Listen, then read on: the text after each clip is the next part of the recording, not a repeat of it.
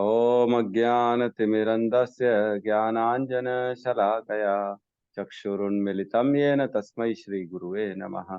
श्रीचैतन्यमनोभीष्टं स्थापितं येन भूतले स्वयं रूपः कदा मह्यं ददाति स्वपदान्तिकं। वन्देऽहं श्रीगुरु श्रीयुतपदकमलं श्रीगुरून् वैष्णवांश्च श्रीरूपं साग्रजातं सहगण रघुनाथान्वितं तं सजीवं साद्वैतं सावधूतं परिजनसहितं कृष्ण चैतन्य देवम् श्री राधा कृष्ण पादान सहगण ललिता श्री विशाखान्वितांश्च हे कृष्ण करुणा सिंधु दीन बंधु जगतपते गोपेश गोपिका कांता राधा कांत नमस्तुते तप्त कांचन गौरांगी राधे वृंदावनेश्वरी वृषभानुसुते देवी प्रणमामि हरि प्रिये वाञ्छाकल्पतरुभ्यश्च कृपा सिन्धुभ्यैव च पतितानां पावनेभ्यो वैष्णवेभ्यो नमो नमः।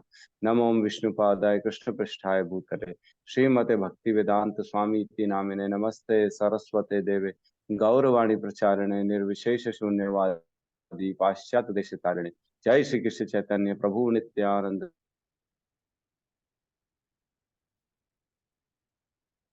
कृष्णा कृष्णा कृष्णा हरे हरे हरे राम हरे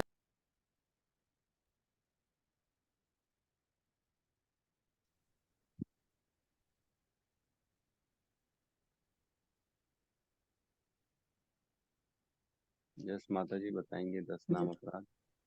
हरे कृष्णा। 10 नाम अपराध।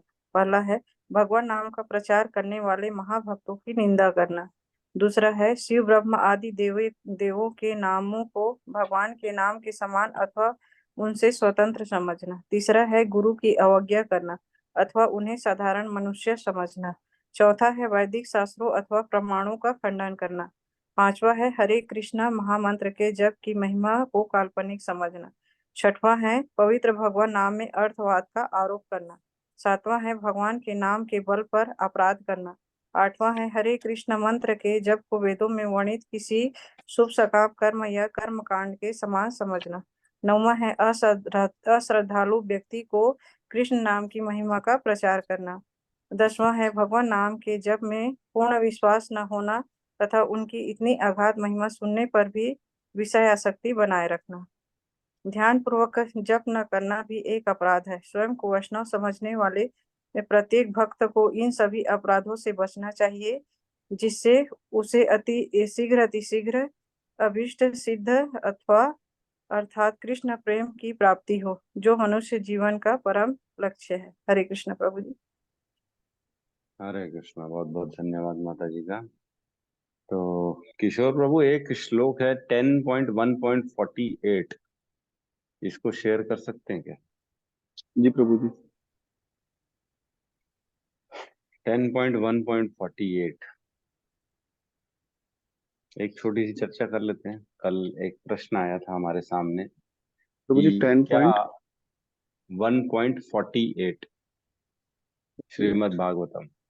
जी प्रभु जी। तो कल माता जी ने प्रश्न किया था कि माता जी ने किसने किया था कि मृत्यु से कैसे हम रिएक्ट करें, कितना बचना चाहिए मृत्यु से, क्योंकि मृत्यु तो पहले से निश्चित है।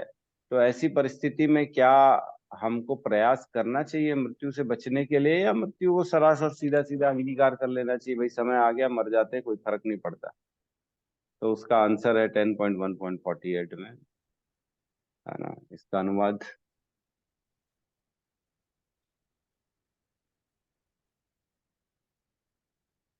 हाँ, ये अनुवाद पे किशोर प्रभु ने शेयर किया है। मैं पढ़ता हूँ। एक बुद्धिमान व्यक्ति जब तक बुद्धि और शारीरिक शक्ति है उसे मृत्यु से बचने का प्रयास करना चाहिए। यह प्रत्येक देहधारी व्यक्ति का कर्तव्य है। लेकिन यदि किसी के प्रयासों के बावजूद मृत्यु को टाला नहीं जा सकता तो मृत्यु का सामना करने वाला व्यक्ति कोई अपराध नहीं करता है। देखिए, क्लियर लिखा है श्रीमद् भागवतम में कि मृत्यु से बचने का प्रयास करना चाहिए, लेकिन प्रयास करने के बाद भी नहीं हो पा रहा है, जब मृत्यु टाली नहीं जा पा रही तो उसको सरासर स्वीकार कर लेना चाहिए। और प्रयास कितना करना चाहिए? युक्त युक्त प्रयास होना चाहिए, है ना। हमने पढ़ा युक्त आहार विहार से युक्त चेष्टा से कर्मसु युक्त स्वप्न अबोध से योगो भवति दुख। मतलब एक बैलेंस्ड प्रयास होना चाहिए न अत्यधिक प्रयास होना चाहिए, न कम प्रयास होना चाहिए। एक नॉर्मल प्रयास होना चाहिए बचने के लिए, अपने आप को बचाने के लिए, अपने परिजनों को बचाने के लिए। ले गए हॉस्पिटल, कोशिश कर रहे हैं, डॉक्टरों के पास दिखा रहे हैं। अगर डॉक्टर कहीं और रेफरेंस दे रहा है, भाई और कहीं ले जाओ, बॉम्बे ले जाओ, तो बिल्कुल ले जाओ। कहीं और बड़े हॉस्पिटल में ले जाना तो ले जाओ।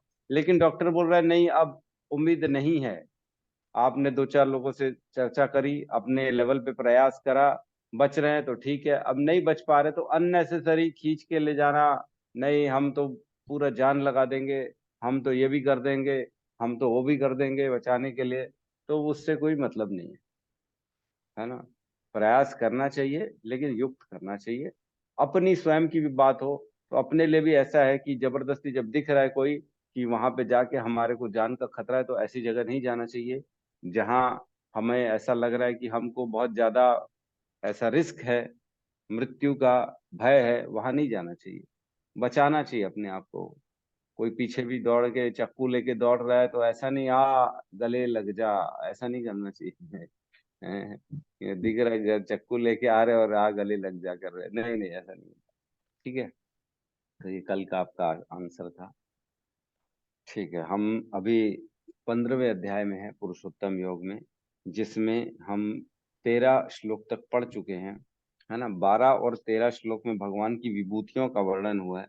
12 में भगवान ने बताया, मैं सूर्य का तेज हूँ जो सारे विश्व के अंधकार को दूर करता हूँ, मुझसे ही निकलता है। चंद्रमा तथा अग्नि का तेज भी मुझसे ही उत्पन्न होता है। फिर 13वें नंबर श्लोक में बताया भगवान ने, मैं प्रत्येक लोक में प्रवेश करता हूँ और मेरी शक्ति से लोक अपनी कक्षा में स्थित हो रहते हैं। मैं चंद्रमा बनकर समस्त वनस्पतियों को जीवन रस प्रदान करता हूँ। मतलब सारा जो खाने योग्य भोजन पदार्थ है, जो भी हम खाते हैं जिसमें टेस्ट आता है, वो सब कुछ चंद्रमा के द्वारा किया जाता है, और चंद्रमा भगवान की शक्ति है। तो बेसिकली मैं फिर से याद दिला दूं कि ये भगवान ने यहाँ पे अपनी विभूतियां क्यों बताई हैं, क्योंकि हम अभी एट प्रेजेंट जो थीम चल रहा है हमारा, भगवान जो बता रहे हैं इंद्रिय तृप्ति भोगों के बारे में बता रहे हैं अर्जुन को, है ना। कि जो है ना इंसान को भोगों भोगों के लिए जो है ना, किस प्रकार अपनी इच्छाओं को, भोगों को मनुष्य अपने पूरे अनंत जीवनों में लेके चलता है ना। हर जीवन में अपनी इच्छाओं को मनुष्य लेके आगे आगे बढ़ता जा रहा है ना। भगवान ने बताया कि सूक्ष्म शरीर जो होता है, जिसमें मन बुद्धि अहंकार होती है, और मन जो होता है इंद्रियों का राजा होता है, वो एक शरीर से दूसरे शरीर में जाता है अपने संस्कार को लेके, जिस प्रकार वायु गंध को लेके जाती है, और नेक्स्ट शरीर में भी वो जाके भोगों को भोगता है। तो यहाँ पे बताया भगवान ने कि मनुष्य के भोगों के लिए ही मैं सूर्य बनता हूँ, मैं चंद्रमा बनता हूँ, मैं अग्नि बनता हूँ, मैं पृथ्वी को कक्षा में स्थित करता हूँ, और हर चीज जो है ना मेरे ही, जो है ना मेरे ही शक्ति से हर चीज में रस आ रहा है। जो व्यवस्था हो रही है, आम का रस है, पाइनएप्पल का रस है, सब में जो अलग अलग टेस्ट आ रहा है वो भगवान के कारण आ रहा है। ठीक है, तो 14 नंबर श्लोक में प्रवेश करते हैं, साथ में दोहराएंगे। अहम वैश्वानारो भूत्वा अहं अहं वैश्वानरो भूत्वा वैश्वानरो भूत्वा प्राणिनां देहमाश्रितः प्राणिनां प्राणिनां प्राणिनां देहमाश्रितः देहमाश्रिता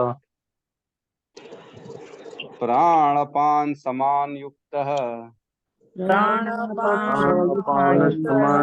प्राणापानसमानयुक्तः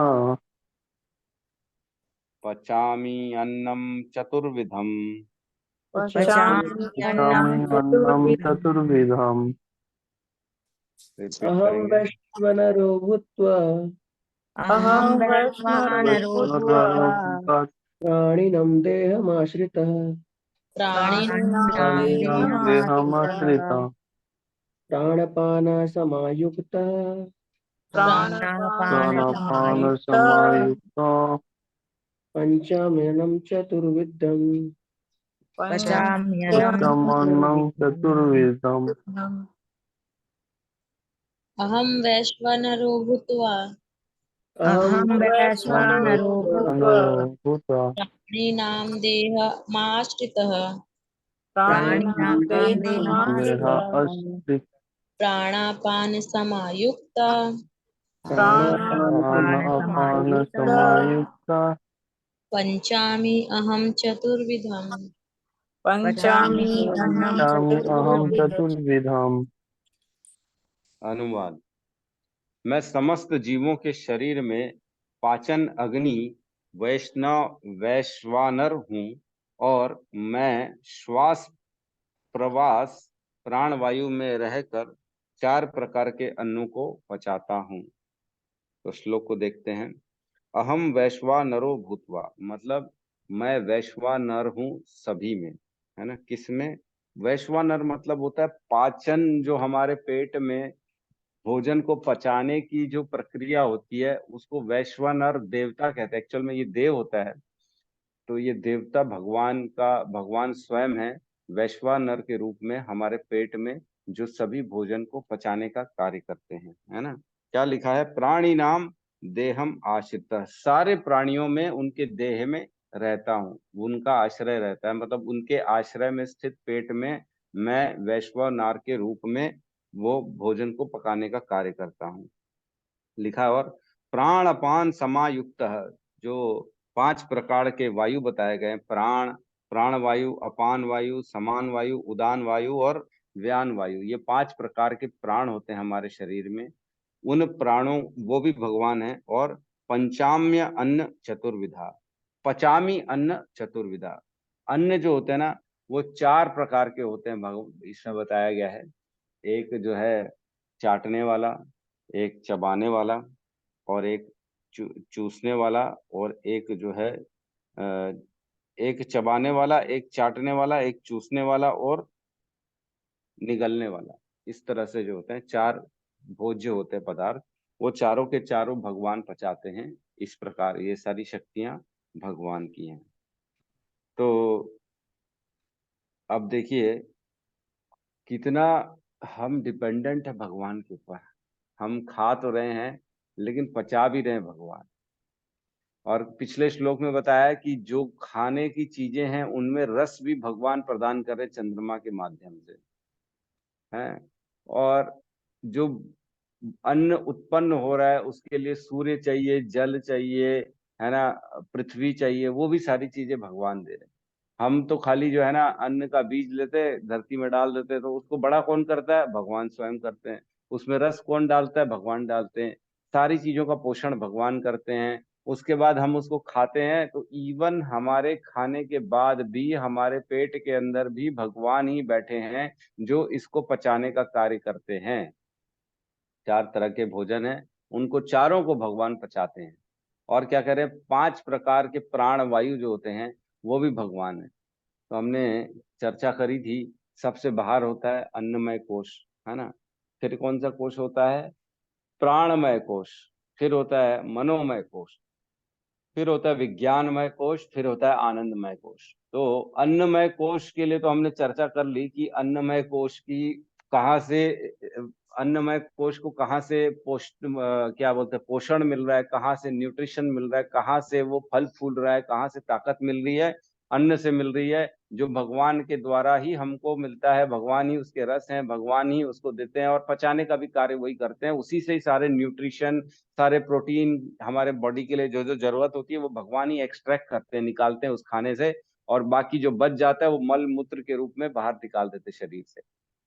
ये भी भगवान कर रहे हैं। अब बता रहे प्राण वायु भी मैं हूं, मतलब इसके अंदर जो प्राण वायु बचता है जिससे हमारी सांसें चल रही हैं, सांसों से ऑक्सीजन आता है। हम देखते हैं ऑक्सीजन कितना जरूरी है बॉडी के लिए। अगर कोई 5 मिनट भी सांस ना ले तो क्या हाल होगा उसका? वो था हो जाएगा। वो चले गए ऐसा हो जाएगा, फिर वो बचेगा ही नहीं। 5 मिनट भी आदमी जो है बगैर ऑक्सीजन के नहीं रह सकता, प्राण के बगैर नहीं रह सकता। तो 5 प्रकार के वायु होते हैं। प्राण वायु होते हैं, एक जो हम अंदर लेते हैं बेसिकली, है ना। और दूसरा होता है समान वायु, इधर पे इक्वलिटी मेंटेन करता है हमारे सीने में। और अपान वायु जो है ना वो ऊपर से नीचे धकेलता है। और ऐसा ही कुछ है उदान वायु, और इस टाइप का ही है ये व्यान वायु। एग्जैक्टली तो मेरे को भी याद नहीं है, इंग्लिश में मेरे पास लिखा है। इनवर्ड ब्रेथ होता है प्राण वायु। अपान वायु डाउनवर्ड होता है। समान इक्वलिटी व्रत होता है, उदान होता है असेंडिंग व्रत, और व्यान होता है डिफ्यूजिव व्रत। आप निकाल लीजिएगा इसमें कौन सा वायु कौन सा काम करता है। तो 5 प्रकार के वायु होते हैं हमारे शरीर में, वो भी भगवान है। सब चीज के लिए बेसिकली हम भगवान पर निर्भर हैं।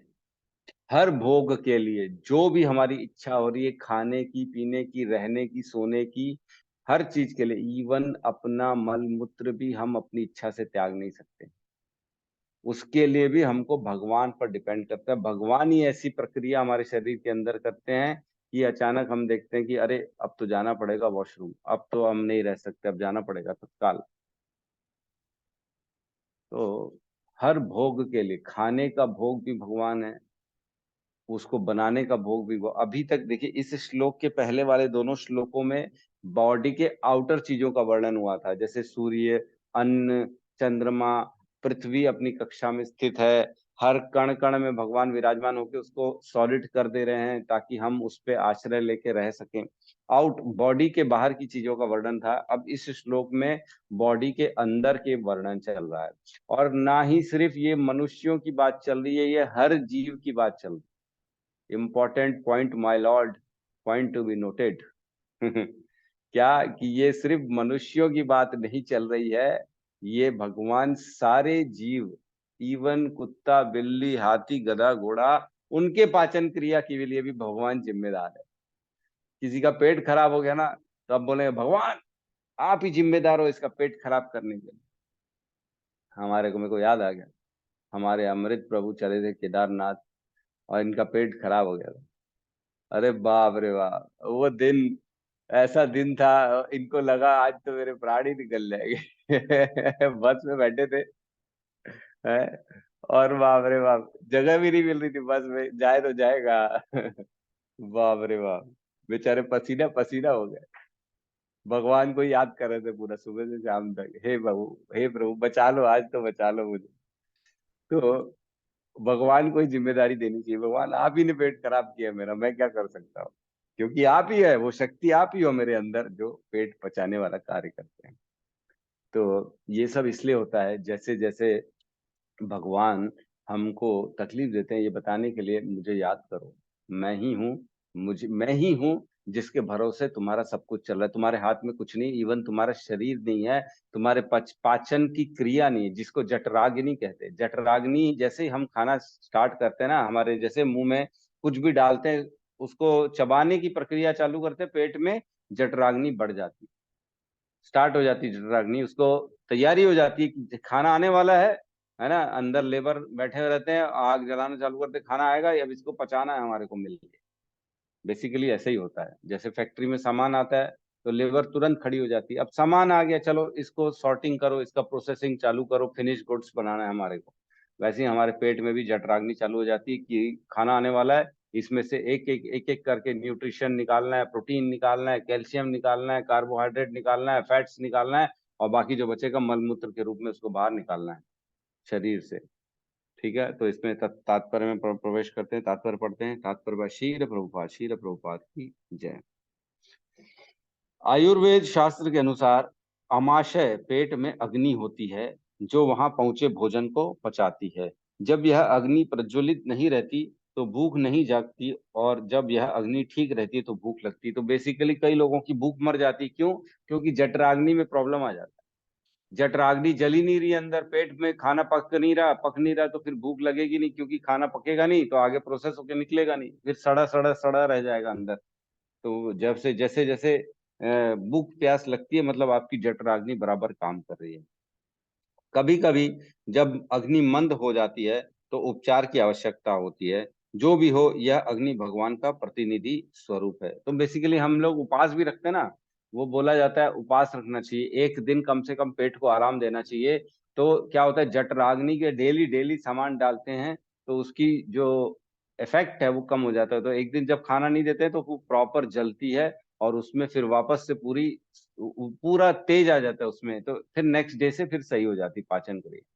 तो हमारे वैष्णव लोगों में ये है, जब पेट खराब हो जाता है तो जनरली लोग बोलते हैं खाना मत खाओ, खाना खाने से और तकलीफ बढ़ेगी, एक दिन उपवास कर लो तो ठीक हो जाता है पेट। ठीक है। वैदिक मंत्रों से भी बृहदारण्यक उपनिषद 5.9.1 में पुष्टि होती है कि परमेश्वर या ब्रह्म अग्नि रूप में अमाशय के भीतर स्थित हैं और समस्त प्रकार के अन्न को पचाते हैं। अयम अग्नि वैश्वनारो यो अयम अमंतः पुरुषे यनेद मंत्रम पच्यते। ये बृहदारण्यक उपनिषद है जिसमें भगवान बता रहे हैं कि मैं ही हूँ वैश्वानरो, जो देव होता है पचाने का। क्योंकि भगवान सभी प्रकार के अन्नों को पाचन में सहायक होते हैं, अतएव जीव भोजन करने के मामले में स्वतंत्र नहीं है। बहुत इंपॉर्टेंट लाइन है। क्योंकि भगवान प्रचार पाचन करने की प्रक्रिया करते हैं, इसलिए हमारी जिम्मेदारी है कि हम भगवान के पास ऐसी गंदी चीजें ना भेजें। नॉनवेज खा रहे हैं, अंदर बैठ के भगवान तो बेचारे पचा रहे हैं, लेकिन इसका मतलब ये नहीं है कि हम उसको गलत सलत सामान दें पचाने के लिए। नॉनवेज नहीं खाएं, गुटखा नहीं खाएं, दारू नहीं पिए, और क्या क्या गंदे गंदे प्रोडक्ट होते हैं सत्यम प्रभु जो लोग खाते हैं। सिगरेट हो गया। सिगरेट हो गया, सिगरेट खाता कोई नहीं है, सिगरेट तो खाली मतलब धुआं रहता इनटेक मतलब चीज, है। और तो गुटखा, बाकी सारे नॉनवेज ही है। हाँ, गुटखा आज की डेट में बहुत बढ़ गया है। पता नहीं क्या क्या बाबा 420 और क्या क्या बीड़ी पत्ती ऐसा घसते रहते हैं लोग बैठ के, पता नहीं क्या इधर लगाएंगे उधर लगाएंगे। मुंह मुंह में ऐसा, मैंने ऐसे भी लोगों को देखा है, आप यकीन नहीं करोगे, जो रात को इधर मुंह में गुटखा रखते हो सुबह तक रहता है पता नहीं क्या इतना मजा आता है उन लोगों को, पूरी रात आजकल कोई गुटखा गुटखा खाते। वाला मंजन भी आने लग गया प्रभु जी। मंजन जो भी गुटखे आता वाला है। हाँ उस टाइप के भी आने लग गया। और मैं, मेरे को याद है बचपन में हमारे घर में काम करने वाली जो आती थी मेड, वो लोग ना वो दांत में घसते थे, क्या बोलते थे उसको, गुड़ाकू प्रभु जी। गुड़ा हाँ, गुड़ाकू, गुड़ाकू, राइट राइट, गुड़ाकू। तो ये सब चीजें ना, इन सब चीजों से बचना चाहिए। भगवान हमारे अंदर है, ये शरीर में हम सभी, मेरे को उम्मीद है कि सब नहा के 12 तिलक का जो है ना स्थापना करते होंगे अपने शरीर में। कौन कौन लगाता है अपने शरीर में 12 तिलक? हैंड रेस करिए, है ना। पूनम माता जी, आरती माता जी, सोनिका माता जी, अमृत प्रभु जी, सुमति माता जी, अनीता माता जी, गंधर्व देवी माता जी, बस 7 लोग। देखिए, हम ये मानते हैं वैष्णव लोग कि ये जो हमारा शरीर है इसमें परमात्मा रहते हैं। मानते क्या, ये तो हम जानते ही हैं, अब तो पढ़ चुके हैं और तो विश्वास भी हो चुका है कि यहाँ पे परमात्मा रहते हैं। तो जहाँ परमात्मा रहते हैं उस स्थान को पवित्र माना जाता है ना, वो मंदिर माना जाता है। और उस मंदिर की हमको देख रेख करनी चाहिए और उसमें प्रॉपर चारों तरफ भगवान का तिलक का स्थापना करनी चाहिए। 12 तिलक की स्थापना हमको पूरे शरीर में करनी चाहिए। तो मैं विनती करूंगा सभी से कि पहले 16 माला जो नहीं करता है वो पहले 16 माला करने का प्रयास करे, और जो 16 माला करता है उसको 12 तिलक कम से कम अपने शरीर में लगाने चाहिए। तो ये इसलिए लगाते हैं क्योंकि परमात्मा रहते हैं हमारे शरीर में, और परमात्मा के लिए हम उसको स्थान को एकदम पवित्र और दिव्य मानते हैं। ठीक है। तो मंदिर है, ऐसे मंदिर में गंदगी कोई रखता है क्या? ऐसे मंदिर में कोई गंदगी डालता है क्या? तो जहाँ भगवान जाते हैं हम देखते हैं, इवन चप्पल मंदिर के बाहर उतार दी जाती है, क्योंकि चप्पल में गंदगी रहती है, बाहर की मिट्टी रहती है। कोई भी अपवित्र चीज को मंदिर में नहीं लेके जाया जाता है, बाहर ही रख दिया जाता है। प्रसादम जो बनता है बड़ा शुद्ध तरीके से बनता है मंदिर में भोग लगाने के लिए। तो हम ऐसे भगवान जो हमारे शरीर के अंदर बैठे हैं उनको कैसे गंदगी खिला दें? गुटखा डाल देंगे, नॉनवेज डाल देंगे, ये तो उनका अपमान है ना।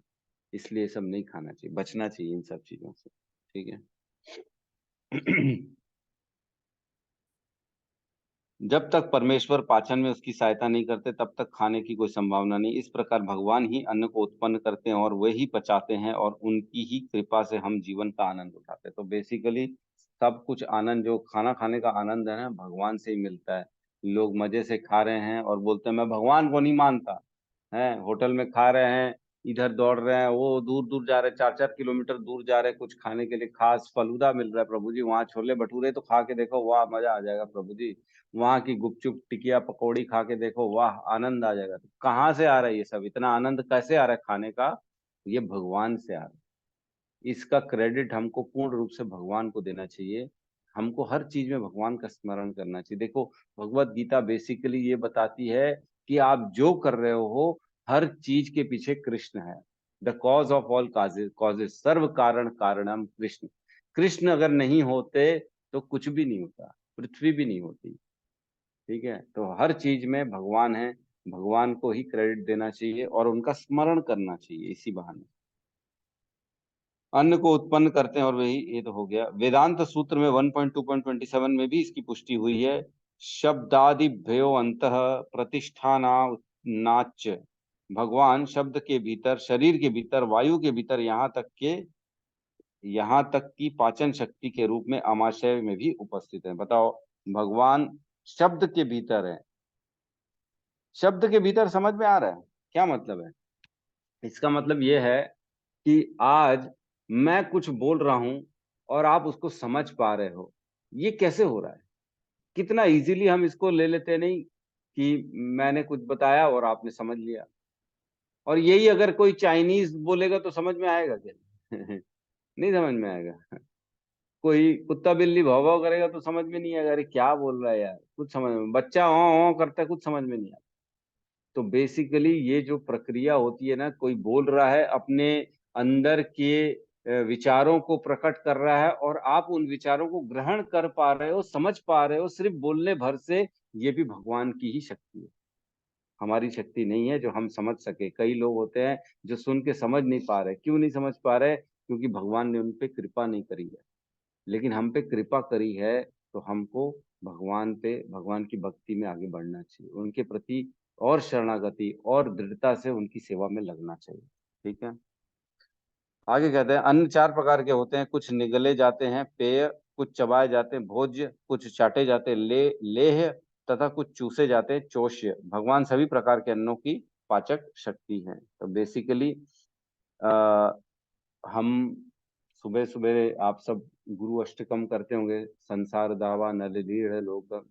उसमें आता है चतुर्विधा श्री भगवत प्रसादो स्वादान तृप्तान हरिभक्त संगान कृत्वैव तृप्तिम भजतः सदेव वंदे गुरो श्री चरणारविंदम।